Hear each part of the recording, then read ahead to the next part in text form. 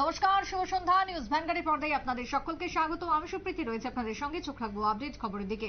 মঙ্গলবার গোটা দেশের সঙ্গে রাজ্যেও পালন করা হলো হর ঘর তিরঙ্গা কর্মসূচি। আজ থেকে শুরু হলো কর্মসূচির জেলা এবং মহকুমা থেকেও ধরা পড়েছে একই ছবি। তেলিয়ামুড়াতে আজ মঙ্গলবার হর ঘর তিরঙ্গাকে সামনে রেখে সুসজ্জিত বাইক র্যালির আয়োজন করা হয়। তিরঙ্গা র্যালিতে বাইক মিছিল অনুষ্ঠিত হলো এবং এই র্যালিটি ভারতীয় জনতা পার্টির তেলিয়ামুড়ার মন্ডল কার্যালয় থেকে শুরু হয়, শহরের বিভিন্ন পথ পরিক্রমা করে এবং তারপরে এই র্যালি শেষ হয়। তবে র্যালিতে উপস্থিত ছিলেন তেলিয়ামুড়ার বিধায়িকা অর্থাৎ রাজ্যের বিধানসভার মুখ্য সচেতক কল্যাণী সাহারাই। মুখ্য সচেতক ছাড়াও র্যালিতে ছিলেন মন্ডলের কর্মকর্তারা। কি বক্তব্য উঠে আসছে আজকের র্যালি থেকে? হর ঘর তিরঙ্গা র্যালিকে কেন্দ্র করে বিধায়িকা কি জানিয়েছেন শুনুন।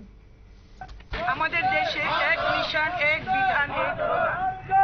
প্রধানমন্ত্রী নরেন্দ্র মোদীজির নেতৃত্বে এবারও আমরা স্বাধীনতা দিবসের প্রাককালে 13ই আগস্ট থেকে 15ই আগস্ট হর ঘর তিরঙ্গা ঝান্ডা আমরা উত্তোলন করছি। এই তিরঙ্গা আমাদের গর্ব, আমাদের আত্মত্যাগের প্রতীক, আমাদের বলিদানের প্রতীক। মহান শহীদদের আত্মবলিদানে আমরা এই পবিত্র স্বাধীনতা পেয়েছি।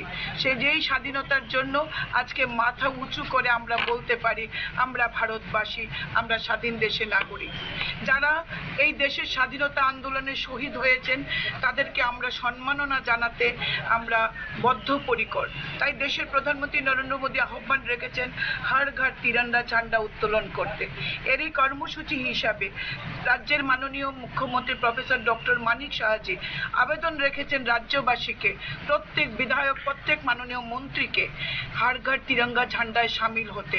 তাই আজকে আমরা তেলিয়ামুড়া মণ্ডলের উদ্যোগে, তেলিয়ামুড়া মণ্ডলের সাধারণ সম্পাদকদ্বয়, সম্পাদক এবং যুব মোর্চার প্রত্যেকের সহযোগিতায়, প্রত্যেকের আন্তরিক প্রয়াসে আমরা হর ঘর তিরঙ্গা ঝান্ডাকে সামনে রেখে এক সুদৃশ্য বাইক র্যালি আমরা অনুষ্ঠিত করছি।